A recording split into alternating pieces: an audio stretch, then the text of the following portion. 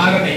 రుచిరకుచ తటీనాం నాట్యకాలే నటీనాం ధిమికి ధిమికి ధిమికి ధిమికి తిగత తిగత తిగత తయ్యేతి శబ్దః సముదయ ధిమికి ధిమికి ధిమికి తిగత తిగత తిగత తయ్యేతి శబ్దః. ఇట్లాంటి శబ్దాలు తిరగడధ తిరగడధ తిరగడధ తిరగడధ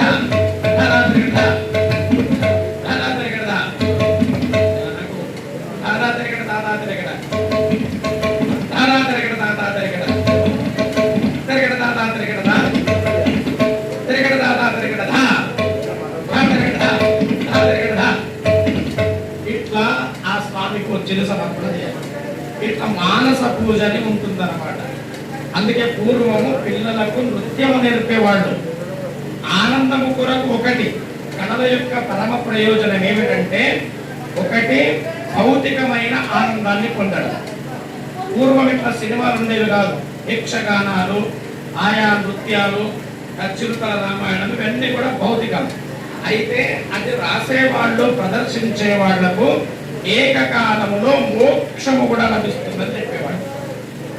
కవులైనా కళాకారులైనా వీళ్ళు రోజు పూజ చేసుకునే అవసరం లేదు. ఇది భరతుని యొక్క అలంకారిక శాస్త్రం అంటారు. ఎంఏ చదివేవాడు ఎవరంటే వాళ్ళకి అలంకార శాస్త్రంలో ఏం చెప్తారు అంటే ఈ లలిత కళలలో సంగీతము గాని నృత్యము గాని లేదా స్వామి యొక్క చిత్రలేఖనాలు వేయడం వీరికి ఆ జన్మలోనే మోక్షము లభిస్తుందట. అదేవిధంగా కవులు ఒక కావ్యం రాస్తారు.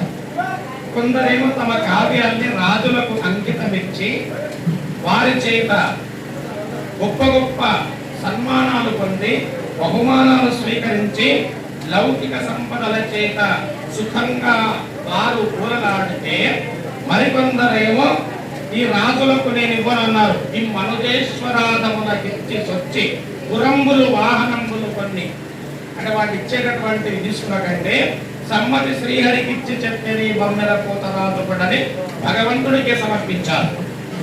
జీవించడానికి పొలాన్ని దున్నుకున్నారు. ఒక ఎకరం సగం ఎకరం ఉంటే ఎవరిని యాచించలేదు. కానీ భగవంతుడికే సమర్పణ చేశాడు. ఒక దూర్జడనే మహాకవి ఉన్నాడు. రాజు దగ్గరనే ఉన్నాడు. మహాశివ భక్తుడు. అతడు రాజన్నంత నెప్పోవున రాజు అంటే పరిపాలకుడు. ఈ శబ్దమే పనికిమాల శబ్దం అన్నాడు ఆయన. రాజశబ్దము ఛీ అన్నాడు. ఎట్లా రాజై దుష్కృతి